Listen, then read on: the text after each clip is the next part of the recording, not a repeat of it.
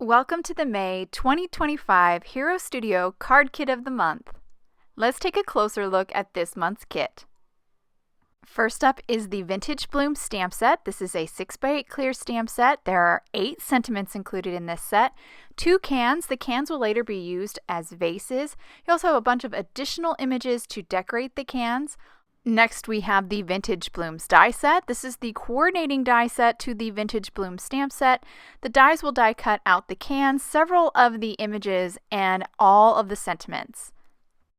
Also included in the card kit is this Boho Bouquet layering stencil set. This is a 4-piece layering stencil set that allows you to easily ink blend a beautiful bouquet of flowers that you can then die cut out with the Boho Bouquet stencil frame cut and then pair with the images in that Vintage Blooms stamp set. These products, when grouped together, create a stunning focal point for your card, but they can also be used all on their own. But of course, that's not all. Also included in the kit is the Flower Delivery Truck die set. This is an incredible die set that builds the most beautiful little flower delivery truck. The truck can be closed like you see here, and I stamped a sentiment from the Vintage Bloom stamp set on there, but it can also be open to display flowers, and we'll create a truck like that in this video. And last but not least, also included in the kit is a pack of colored cardstock. The cardstocks are 5.5 by 8.5. There are 9 different colored sheets, but 18 sheets in all, so you get 2 of each color, and they just pair beautifully with the theme of this kit.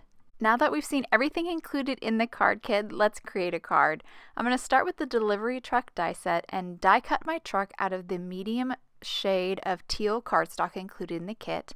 I'm also going to die cut this little detail for the awning or door, and once I die cut that out, we're going to move on to kind of a lot of the detail elements for the truck, starting with this bumper piece here and as well as a shelf. I'm going to die cut these out of some medium teal. Now this is a teal that's not included in the kit. It's a teal between the truck and the darkest teal included in the kit, but this could all be die cut out of the darkest teal if you'd like.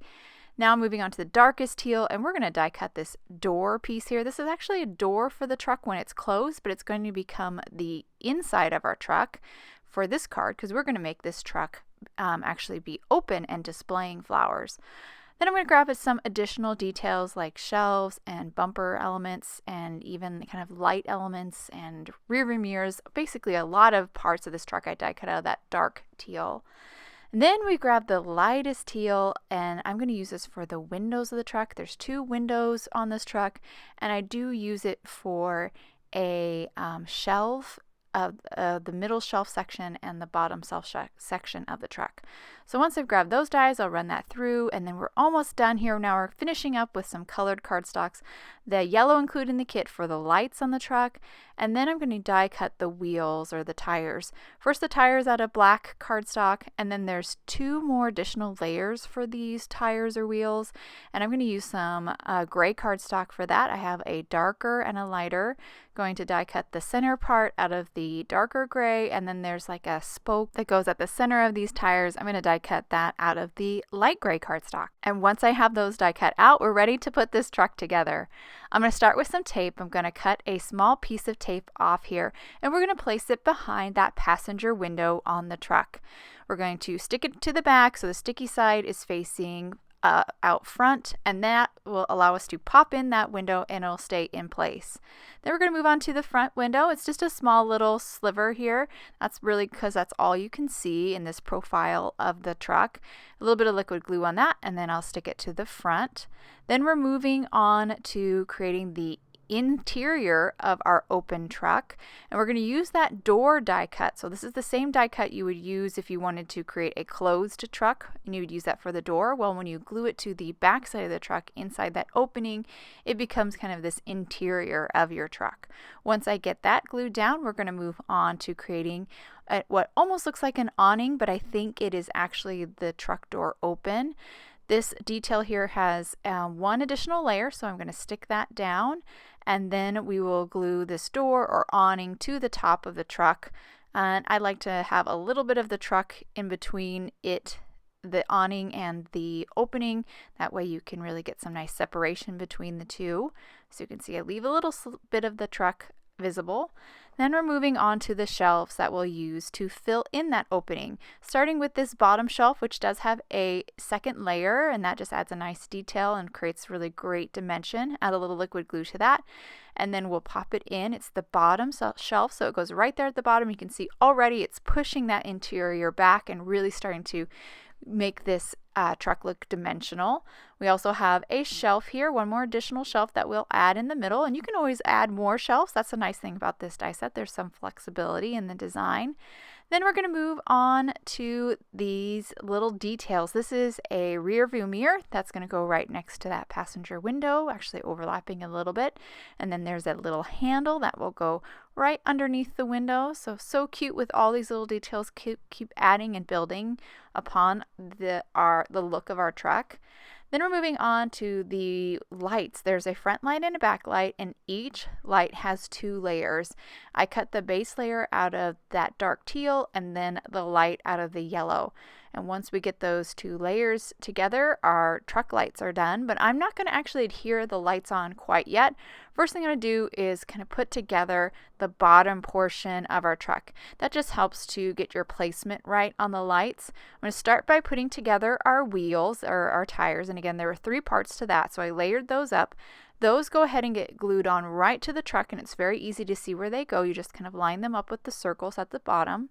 Then we'll move on to these bumpers or trim elements of the truck, starting with the base, which is a nice dark teal. I die cut out of the dark teal. There's 3 parts to that. I'm just going to line them up at the bottom of the truck, and then I'm going to move on to the second layer for the trim, and that just goes right above.